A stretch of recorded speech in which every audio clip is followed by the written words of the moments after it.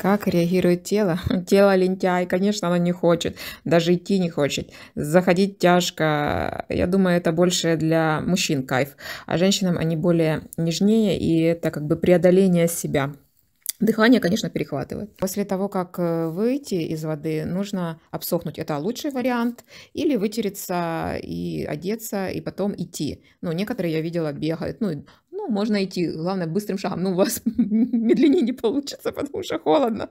Озноба, дрожи, слабости нет. Все делается в кайф и с умом подходится к этому.